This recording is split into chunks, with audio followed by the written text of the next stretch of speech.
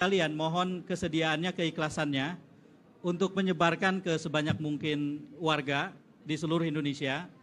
Saat ini teman-teman sudah bisa masuk ke Google Play Store, lalu kemudian mendownload satu aplikasi yang namanya Warga Jaga Suara. Jadi saya dan teman-teman sudah membuat aplikasi yang namanya Warga Jaga Suara. Sejauh ini baru ada di Google Play Store. Karena teman-teman tahu sendiri mendapatkan izin aplikasi seperti ini untuk bisa masuk ke Apple, untuk masuk ke bisa di-download di iPhone, susah. Ini pemilik iPhone di sebelah saya ini, dia merasa terdiskriminasi. Jadi terpaksa sepulang dari sini mampir ke toko gadget, beli Android. Sekarang sudah murah-murah Android. Nah jadi Warga Jaga Suara ini akan bisa dipakai oleh siapapun untuk 4 hal. Nomor 1, melaporkan potensi pelanggaran. Kenapa saya sebut potensi pelanggaran? Karena warga nggak tahu itu pelanggaran atau bukan gitu loh. Misalnya ada orang bagi-bagi bansos, terus kemudian kok stikernya paslon. Orang tidak tahu itu pelanggaran atau bukan. Padahal bansosnya itu bansos dari pemerintah. Nah itu namanya potensi pelanggaran kan.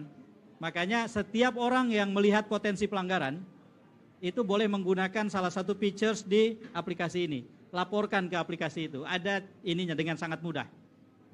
Semua potensi dilaporkan saja. Kami tidak akan menjadi partai atau tim pemenangan. Kami akan mengkoneksikan diri kami ke tim pemenangan dan partai-partai.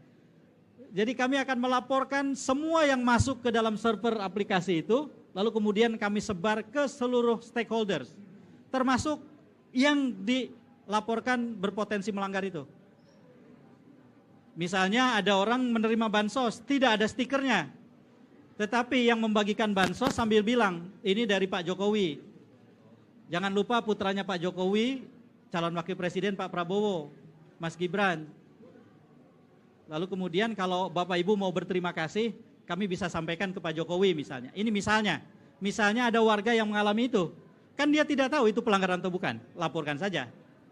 Nah, jadi itu features pertama di aplikasi itu. Kita tidak meminta semua warga tahu persis aturan mana yang melanggar atau tidak. Apapun boleh dilaporkan. Nanti di aplikasi ada sistem yang mengkurasi atau memfilter. Yang sudah jelas melanggar, berpotensi melanggar, laporan biasa. Tiga-tiganya insya Allah akan kami kalibrasi atau apapun namanya ke semua stakeholders. Kayak tadi misalnya stikernya itu paslon nomor 2. Kami tetap juga sampaikan ke paslon nomor 2 sejauh kami dikasih akses. Jadi prinsipnya adalah ini kerja warga, bukan kerja partisansip berdasarkan pemihakan. Itu nomor 1. Nomor 2, di hari H, bagian penting dari penghitungan suara adalah C1 plano.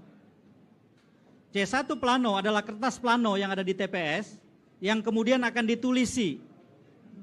Dan pilpres kalau tidak keliru itu akan dihitung pertama. Sehingga tidak perlu menunggu untuk yang terlalu lama untuk bisa melihat pengisian C1 plano pilpres. Karena pilpres duluan. Lalu kemudian di situ akan dihitung.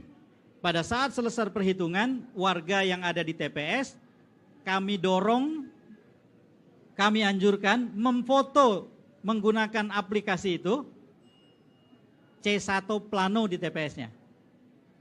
Maka langsung terkirim ke kami semua itu. Itu yang kedua.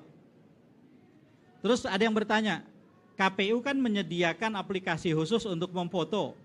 Sehingga C1 plano nanti ketika difoto pakai aplikasi dari KPU akan muncul nomor registrasi foto. Tidak masalah. Kami tidak akan menggunakan foto C1 plano itu sebagai alat bukti ketika ada dispute atau ada pertentangan di dalam rekap atau di MK kemudian, bukan. Ini adalah alat untuk melakukan perhitungan cepat berbasis warga. Bagaimana kalau di satu TPS ternyata banyak yang mengirimkan foto C1 plano? Tidak masalah.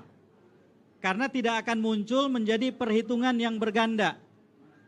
Setiap orang yang nanti masuk ke dalam aplikasi, kebetulan saya sudah download, masuk ke dalam aplikasi, di awal ketika mendaftar, itu diminta untuk memasukkan domisilinya berdasarkan KTP, artinya berdasarkan DPT juga itu, sampai dengan memasukkan desa kelurahan. Sehingga ketika yang bersangkutan mengatakan TPS 19, itu dengan sendirinya masuk ke TPS 19 kelurahan atau desa tertentu yang spesifik. Kalau ada 10 foto yang terkirim ke aplikasi dari TPS yang sama, maka 10 foto itu tidak akan muncul 10. Tapi aplikasi akan memfilter, mengkurasi, muncul hanya 1. Dihitung pun hanya 1. Justru yang 10 itu bisa dipakai untuk saling mengkonfirmasi. Jangan-jangan ada yang dengan cepat sudah bisa mengedit foto kan? Dikirim ke aplikasi, bisa saja kan? Kalau ada 10 lebih enak. Kok yang 1 beda sendiri? Kita buang yang 1, yang 9 yang sama kita ambil. Kira-kira begitu. Jadi foto C1 aplikasi. Saya yakin orang segaptek apapun kalau memfoto itu bisa gitu. Dan cukup memfoto langsung send, langsung terkirim ke server kami. Yang ketiga, nah ini sifatnya tidak wajib. Kami menyediakan cara juga mengisi formulir perhitungan suara Pilpres di TPS-nya, ada formulirnya. Jadi kalau ada yang mau membantu lebih jauh selain foto C1 plano, sebaran suara Pilpres di TPS-nya dimasukkan ke dalam form yang sudah disediakan di aplikasi itu, kirim. Nah itu membantu kami. Nanti semua data tadi, C1 yang dikirim plano, kemudian ada yang mengirim, itu saling kami jadikan alat untuk konfirmasi. Ditambah lagi dengan jaringan yang saya dan teman-teman miliki, kami juga akan berusaha untuk mendapatkan kopi C1, dokumen C1. Insya Allah sudah ada beberapa pihak yang dengan senang hati membantu. Saya terus terang sore ini datang ke pertemuan, antara lain ingin meminta mereka yang akan ikut pertemuan itu, yuk kita kolaborasi. Kalau nanti ada fotokopi C1 yang bisa kami akses, kami jadikan sebagai alat untuk mengecek satu dokumen dengan dokumen yang lain. Jadi yang kedua itu, features yang kedua. Features yang ketiga, yang tadi yang ketiga ya, mengisi formulir. Yang keempat, ini feature tambahan. Bagi mereka yang ingin memasukkan data dirinya, tercatat sebagai bagian dari relawan warga jaga suara, itu dipersilahkan didorong untuk memfoto jarinya yang sudah mencoblos, pakai aplikasi, lalu kemudian akan terdata. Jadi kami akan gunakan untuk kebutuhan tertentu ini. Foto-foto jari yang sudah ini. Tetapi ada pertanyaan. Saya golput, saya ingin jadi relawan, boleh enggak? Boleh. Maka foto jenis kedua yang boleh dikirim adalah yang seperti ini, Pancasila. Kebetulan tidak ada kandidat nomor 05 untuk Pilpres, jadi aman. Kalau Pileg kan ada, nomor 5 itu siapa ya? Nasdem ya? Nomor 5, oh Nasdem. Partai. Kalau Pilpres kan tidak ada. Jadi kalau tidak mau memilih, boleh dengan jari 5 difoto, masuk aplikasi itu. Itulah 4 features. Kenapa dibikin sebegitu sederhananya? Semakin sederhana, semakin bisa digunakan. Semakin rumit, saya yakin semakin banyak orang yang kemudian lihat aplikasinya saja, itu sudah mengkeret gitu. Nah jadi mohon bantuan dari teman-teman untuk menyampaikan ke sebanyak mungkin pihak. Selamat datang Mas. Untuk mendownload aplikasi Warga Jaga Suara. Sekarang sudah ada di Google Play Store.